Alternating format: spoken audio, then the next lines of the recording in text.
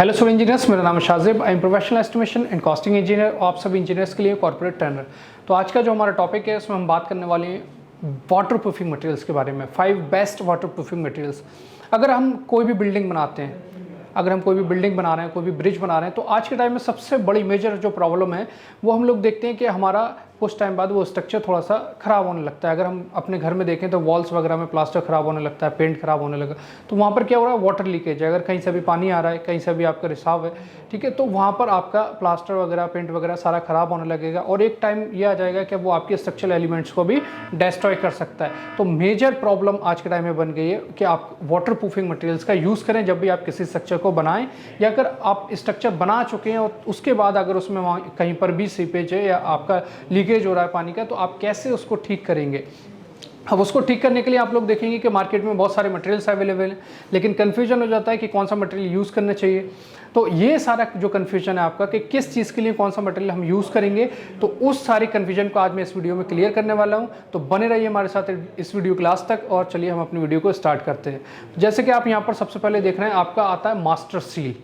Master seal कह सकते हैं कि आपका नंबर 1 आपका वाटर प्रूफिंग मटेरियल है।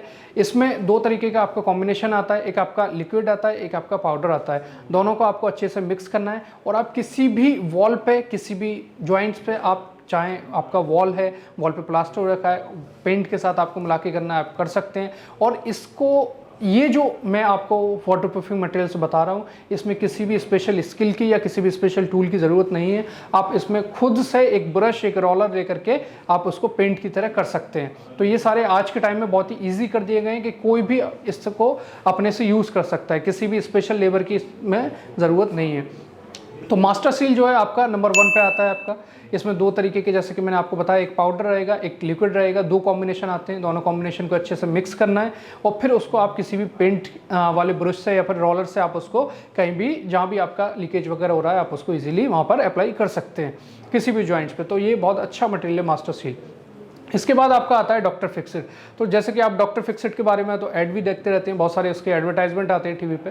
तो डॉक्टर फिक्सिट का एक आपका आता है LEC, लो एनर्जी कंजप्शन, तो जो कि आपका बहुत अच्छा वाटर प्रूफिंग मटेरियल है। इसको भी आप वॉल्स वगैरह पे यूज़ कर सकते हैं। तो इसको हम कह सकते हैं कि ये 2nd नंबर पे, सबसे पहले आपका मास्टर सील आएगा, उसके बाद आपका डॉक्टर फिक्सिट आएगा। तो डॉक्टर फिक्सिट को भी आप किसी भी वॉल्स पे, कहीं भी आपका जहाँ पर लीकेज वगैरह हो रहा है, उस स्ट्रक्चर पे आप यूज़ कर सकते हैं। लेकिन ये आपके नॉर्मल सर्फेसिस पे यूज़ करने के लिए मैं आपको बता रहा हूँ।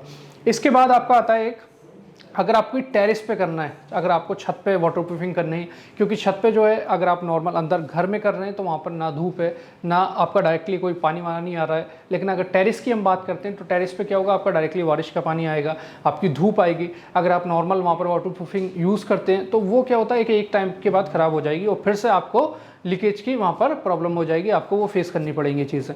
तो अगर आपको छत पर, टेरेस पे अगर आपको वाटर प्रूफिंग करनी है तो आपको टेरेस वाला वाटर प्रूफिंग अलग से आजकल कंपनीज बना रही हैं, उसको आपको लेना है। तो ये जो है आपका डॉक्टर फिक्सिट, इसका एक नया वर्जन आया है जो कि आपका टेरेस वाटर प्रूफिंग के लिए आया है। ये है आपका न्यू कोट, न्यू कोट के नाम से ये आपका है, यहाँ पर आप देख सकते हैं। तो ये आपका जो न्यू कोट है, इसको आप इजीली छत पे अपने अप्लाई कर सकते हैं। बहुत इजीली इसको आपको अच्छे से मिक्स करना है, जो भी इसकी कॉम्बिनेशंस हैं, और फिर आप इजीली इसको यहाँ पर अप्लाई कर सकते हैं। तो ये जो आपका न्यू कोट है, ये आपका स्पेशली बनाया गया है आपका टेरेस वाटर प्रूफिंग के लिए, ठीक है। इसके बाद अगर हम बात करते हैं, जैसे कि आप लोगों ने देखा होगा, जब आपके स्ट्रक्चर्स बनाए जाते हैं, जब आपकी बिल्डिंग्स बनाई जाती हैं, तो आपकी जो रिटेनिंग वॉल्स बनाई जाती हैं, तो रिटेनिंग वॉल्स में क्या होता है, जब भी आप बेसमेंट फ्लोर बना रहे हैं तो रिटेनिंग वॉल्स बनाते हैं आप, मट्टी जो है साइड से उसको रोकने के लिए, क्योंकि अगर ब्रिक वर्क करते हैं तो वो ज़्यादा वहाँ पर सफिशिएंट नहीं है। तो रिटेनिंग वॉल्स, RCC वॉल्स बनाई जाती हैं। अब RCC वॉल्स में क्या रहता है कि हाइट उसकी ज़्यादा रहती है, क्योंकि बेसमेंट फ्लोर बना रहे हैं आप, 4 से 5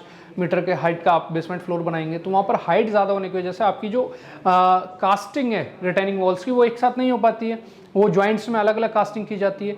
तो वहाँ पर क्या होगा कि जब जॉइंट्स आएंगे तो जॉइंट्स की वजह से जो आपका मॉइस्चर है सॉइल में अवेलेबल, जब वो टच करेगा रिटेनिंग वॉल को, तो वहाँ पर आपका मॉइस्चर आपकी वॉल्स पे आ जाएगा, वहाँ से आपको लीकेज की प्रॉब्लम हो जाएगी, वहाँ से आपको डैम्प फेस करना पड़ेगा।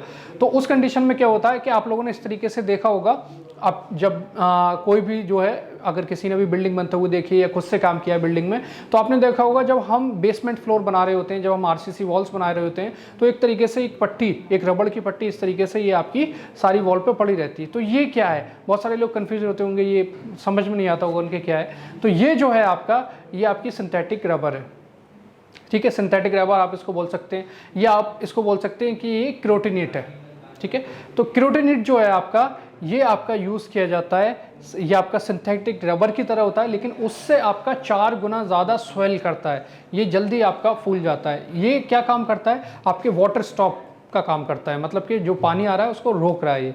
ये रबर की तरह फूलता है, लेकिन 4 गुना तेज़ी से फूलेगा जो आपकी नॉर्मल सिंथेटिक रबर होती है, या फिर आपका जो बंटनॉइट है। तो ये क्रोटिनेट जो है आपका सबसे बेस्ट वाटर प्रूफिंग आपका मटेरियल है, आप इसको कह सकते हैं, जो आप कंस्ट्रक्शन जॉइंट्स पे यूज़ करेंगे। जहाँ भी आपका जॉइंट आएगा आरसीसी एलिमेंट में, वहाँ पर आप इसको यूज़ करेंगे। तो इसमें क्या होता है कि आपके एडेसिव होते हैं, आपके रबर्स होते हैं, ये रबर्स आप पट्टे इसके चिपका देंगे, और जैसे ही इस पर आप, अगर आप इसको टेस्ट करना चाहते हैं तो अपने घर में इसमें पानी में डाल के आप टेस्ट कर सकते हैं, और देखेंगे कि ये फूल के बहुत बड़ा हो जाता है, मतलब कि स्वेल कर जाता है ये, और किसी भी तरीके के वाटर को स्टॉप करता है। तो ये आपका, बाकी जो आप सरफेसेस पे जो पेंट कर रहे हैं वाटर प्रूफिंग, वो अलग चीज़ है, और ये आपका अलग चीज़ है, ठीक है। ये आपका सिंथेटिक रबर की तरह, इसमें सिंथेटिक रबर्स का यूज़ किया जाता है, लेकिन सिंथेटिक रबर से ये 4 गुना ज़्यादा स्वेल करेगा बाकी नॉर्मल रबर से भी।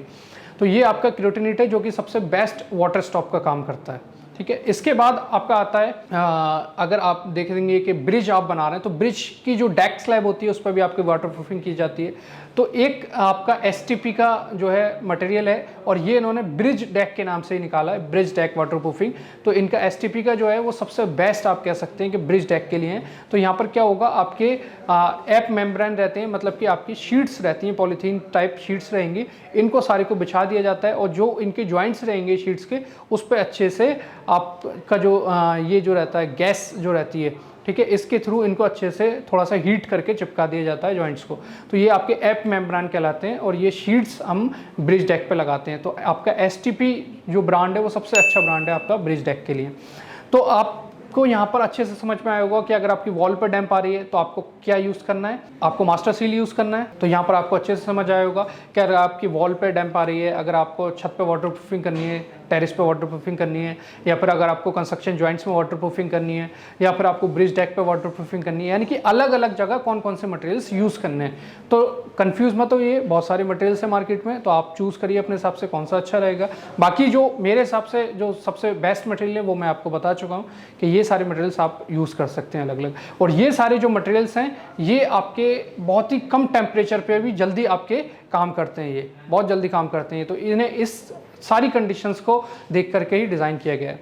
तो आई होप आपको यहाँ बहुत सारे कन्फ्यूजन क्लियर हो गए होंगे। अब आप देख सकते हैं कि आपको अगर कहीं भी आपकी वॉल पे कहीं भी आपको सीलन वगैरह आ रही है तो आप कैसे, कौन सा मटेरियल आप यूज़ करेंगे, कैसे उसका अप्लाई करेंगे। तो आई होप सारी चीज़ें यहाँ पर आपकी क्लियर हो गई हों। तो अगर आपको ये वीडियो पसंद आई है तो इस वीडियो को लाइक कीजिए, ज़्यादा से ज़्यादा इस वीडियो को शेयर कीजिए, और हमारे रेनफोर्स के चैनल को सब्सक्राइब कीजिए। Thank you.